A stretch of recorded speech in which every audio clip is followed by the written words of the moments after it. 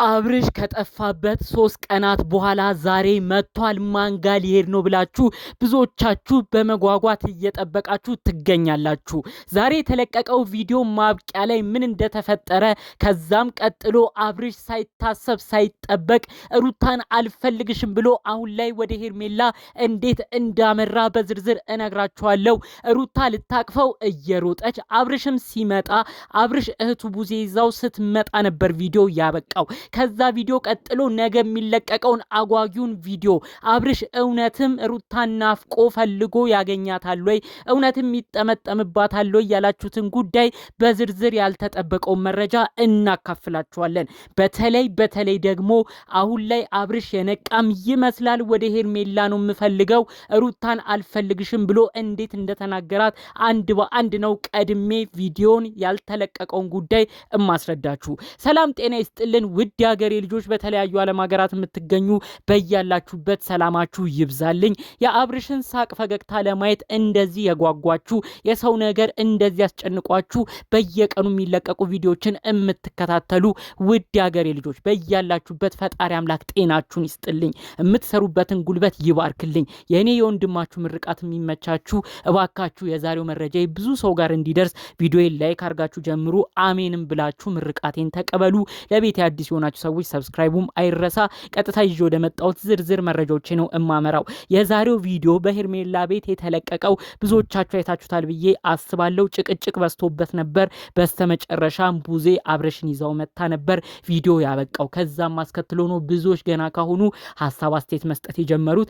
አብርሽ ከ3 ቀናት በኋላ ተመልሶ ሩታን ይፈልግ ይሆን ወይ ተመልሶ ሩታ ላይ ይጠመጠም ይሆን እያሉ ብዙ ሰዎች እየጠየቁ ይገኛሉ። ይህን ጉዳይ አስመልክቶ እንግዲህ አብርሽ ወደ ራሱ የነቃም ይመስላል። የሚገርመው ነገር ሩታን ደግሞ አሁን ላይ አልፈልግሽም የሚል አዝማሚያ ላይ እንዳለ ነው ዝርዝር መረጃዎቹ በውስጥ አስቀድመው የደረሱኝ። ሩታን ብዙም ሳያቅፋት ነው እንግዲህ እኔ አሁን የምፈልገው ደግሞ ወደ ሄርሜላ ነው፣ ሄርሜላ ጋር ነው መሆን የምፈልገው ብሎ እንግዲህ ወደ ሄርሜላም እንደሚሄድ ጭምር በዚሁ አስቀድሜ መረጃውን እምነግራችሁ። ይሄ ነገር ዛሬም ውሸት ነው የምትሉኝ ሰዎች ሁለት አቤት ነጥብ ልንገራችሁ እባካችሁ። የዛሬውን መረጃ እንኳን ቆም ብላችሁ ሰምታችሁ የምነግራችሁንም መልእክት አዳምጣችሁ በዚህ ማንስማማም ውሸት ነው የምትሉኝ ሰዎች ካላችሁ ችግር የለውም፣ ግን 2 ነጥብ ብቻ የዛሬውን ስሙ።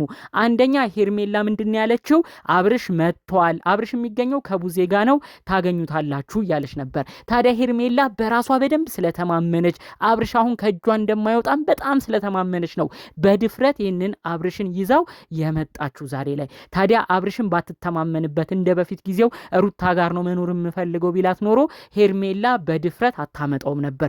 በመቀጠልም እህቱ ቡዜ ራሱ እንግዲህ ደፍራ አብርሽን እነሩታ ወደሚገኙበት ቦታ የሚያመጣቸው እህቱ ቡዜ በአንድ ነገር ስለተማመነች ነው። አሁን ላይ አብርሽ እነሩታን እንደማይፈልግ እነሩታ ብዙ እንደጎዱት ስለተረዳ ከእንግዲህም ወደ እነሩታ ህይወት እንደማይሄድ እህቱ ቡዜም ስለተማመነች ነው እንግዲህ ሁሉ ነገር ላይ ቡዜም ሄርሜላም ተወያይተው ወስነው አብርሽን ለሩታ ያቀረቡት ማለት ነው። አብርሽን ወደ ሩታ የወሰዱት የመጨረሻ ቁርጥ ነገር እንዲነግራት ነው። እውነትም ሩታ ያዘችው በአላግባብ በሆኑ መጥፎ ባዕድ ነገሮችን ተጠቅማ እዚህ ብዙ ጊዜ በሚዲያ ማውራት ባልፈልግም እንደተባለው ሩታ መተት ተጠቅማለች ወይ ነው ያልኩት እኔ ራሱ። ምክንያቱም አብርሽ ፈዞ ነበር 3 ሳምንት አይተነዋል። ታዲያ እቺን 3 ቀናትም ጠፍቶ ነበረ። 3-4 ቀኑን ግን ሲቆይ እንግዲህ ለሩታ ያለው ነገር እየቀነሰ በተለይ ደግሞ መንፈሳዊ ቦታም እንደወሰዱት ሰምቻለሁ። ዛሬ ይሄ ነገር ራሱ ሲወራ ነበረ። እነ ዴቫ ሲጠየቁ ምንድን ያለው ዴቫ እኔ አሁን እዚህ ሄደዋል ብዬ ሚስጥር አላወጣም፣ ነገር ግን ሄርሜላ ለአብርሽ የሚስማማውን አብርሽ መንፈሱ የሚታደስበት ቦታ ወስደዋለች ብሎ ሲናገር ነበር። በአጭሩ ሄርሜላ መንፈሳዊ ቦታ ጸበል ቦታ ሁሉ እንደወሰደችው ነው አስቀድሞም መረጃዎቹ የተሰሙት። ታዲያ እነዚህ ነገሮች ሁሉ አብርሽ ላይ ሲሆኑ 3 ቀናትም ሲሆን ትንሽ ወደ ራሱ መለስ እያለም እንደነበር በአጠቃላዩ የት ነበርኩኝ እያለ ሁሉ ብዙ መልእክቶችን ሲያለቅስ ሲናገር እንደነበር ሁሉ አስቀድሞ መረጃው ተሰምቷል።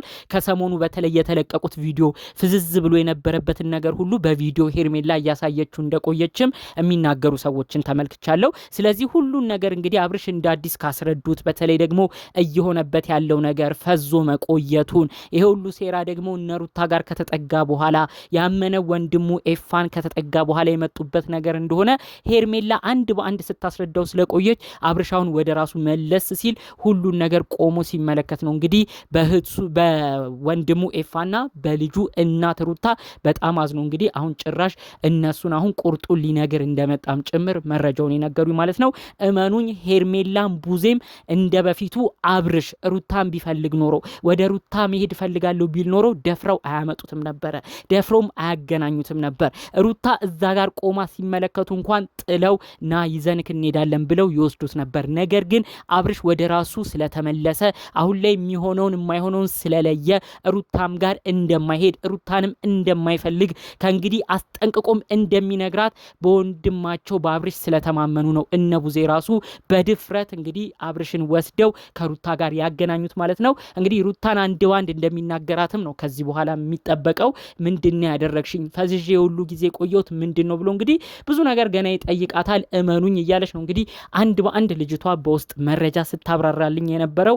ሄርሜላ ራሱ አሁን በደንብ ተማምና ከሩታ ጋር ያገናኛችው ከእንግዲህ ከእጇ እንደማይወጣ ስለተማመነች ነው ብላ ነው እንግዲህ በዝርዝር ያሉትን መረጃዎች አመላክተው እየነገሩ ማለት ነው።